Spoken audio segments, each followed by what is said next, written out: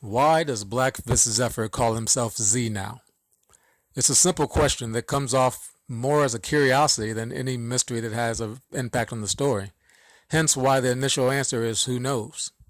However, in the final seconds of 2012's One Piece film Z, we find that the entire movie has secretly hinged on the answer to this question. When I heard about the One Villainous Scene project, several of my favorite villains instantly came to mind. However, there is only one who had a scene that hit me hard the moment I saw it and has never left me. One Piece Film Z, which despite the name is not a crossover between One Piece and Dragon Ball Z, that's an entirely different project, is about our beloved protagonist, the Straw Hat Pirates, fighting to foil the dastardly plan of the movie's villain, an ex-Marine turned extremist vigilante named Z.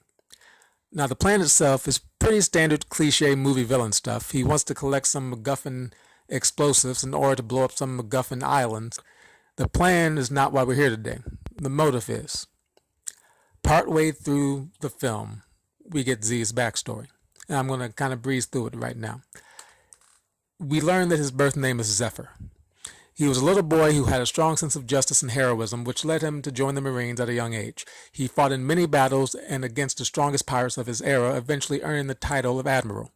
And as a side note to any non-One Piece fans watching, in this story there are only 3 admirals at any one time, so this is a big deal. Now, sometimes after this, Zephyr faced his first tragedy.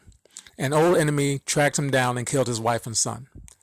Zephyr coped with his grief by dedicating himself to training young Marines, even being referred to as the man who created all Marines. Then tragedy struck for a second time.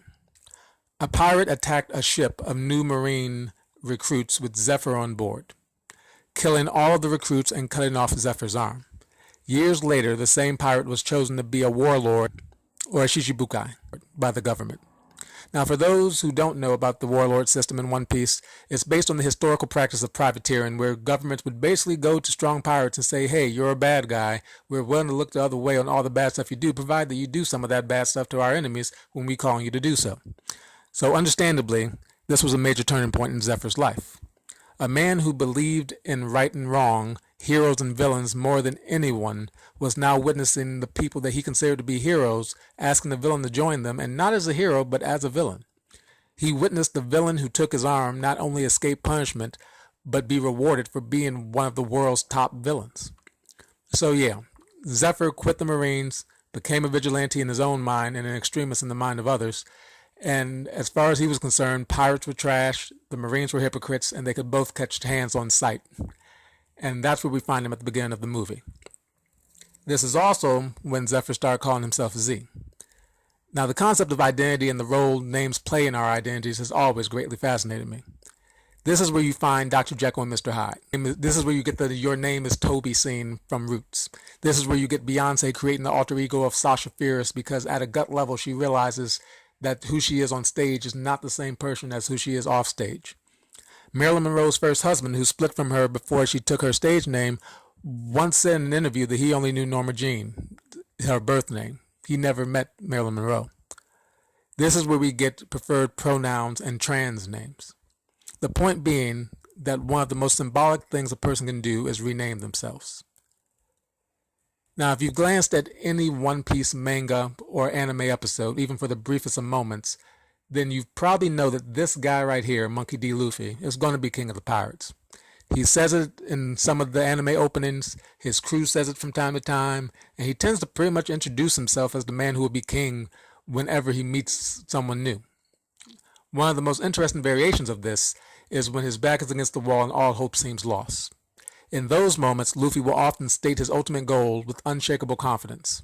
This is interesting to me because the underlying message is that Luffy is saying, you won't beat me here because I can't allow you to beat me here because the goal that I have is bigger than you. It functions as a mantra, an affirmation, a mission statement, almost a reminder to himself. A scene such as this appears in the movie. Luffy and Z are having their final battle and Luffy randomly yells, I'm going to be king of the pirates. And instead of ignoring him or offering a rebuttal, Z yells back with equal intensity, my name is Z.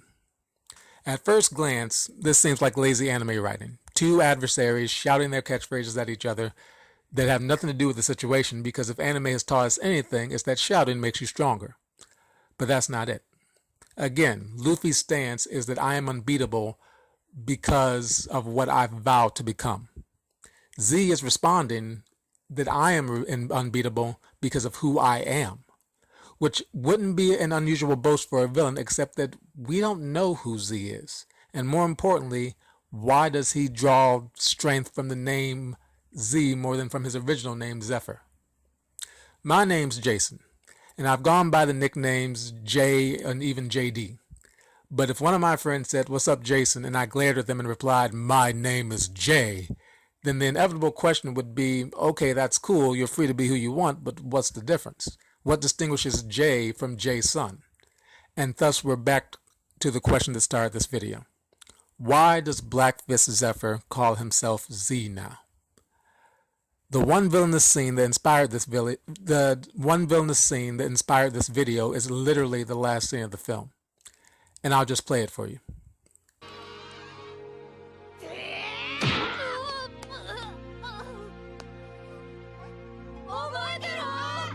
いつでもかかってこい。俺の名は正義のヒーロー。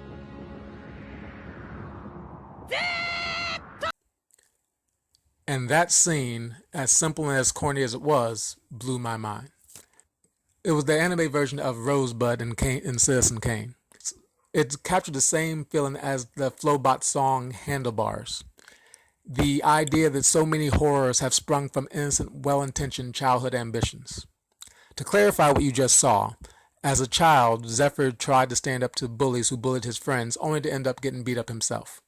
So he came up with this superhero character named Z and tied a wooden log to his arm to act as a kind of equalizer when fighting multiple opponents. Between the name change and the log, there's this whole idea of not feeling like you're enough.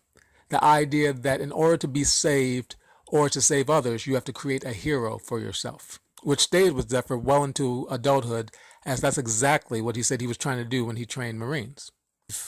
I believe that it was Toni Morrison who once said something to the effect that all storytelling is simply revealing information in a very precise and strategic manner.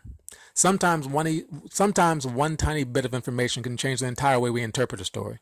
The Sixth Sense is one of the most famous examples of this in film, of course. In certain languages like Greek, the verb often comes at the end of the sentence. So you hear a sentence like John, the grocery store, and now you're waiting to hear the verb in order to decide how you feel, to understand what happened. Because if it turns out to be John, the grocery store, he went, then cool, no problem. But if it's John, the grocery store, he slipped and hurt himself, then that's horrible.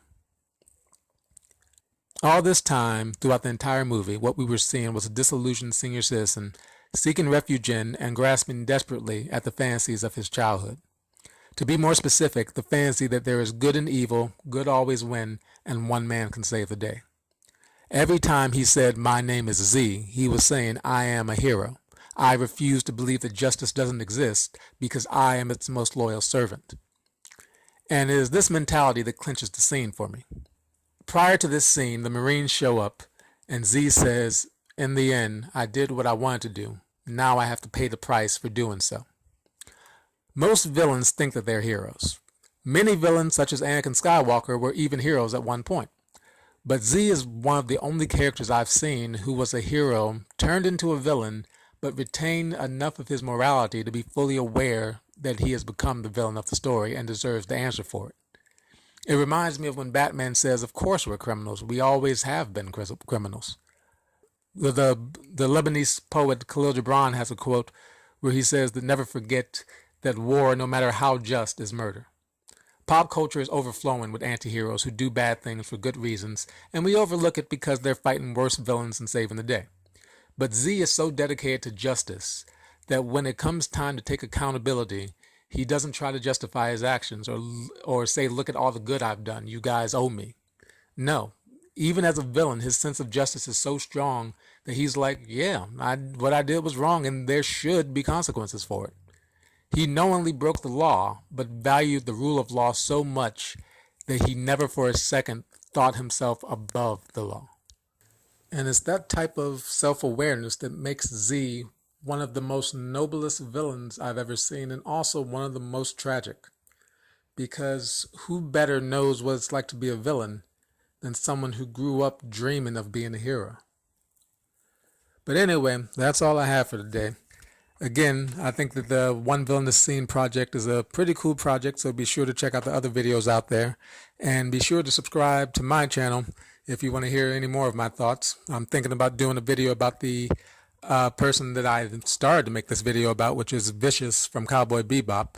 And for all you One Piece fans out there, I'm planning on putting out a video explaining why Buggy the Clown is this era's Whitebeard.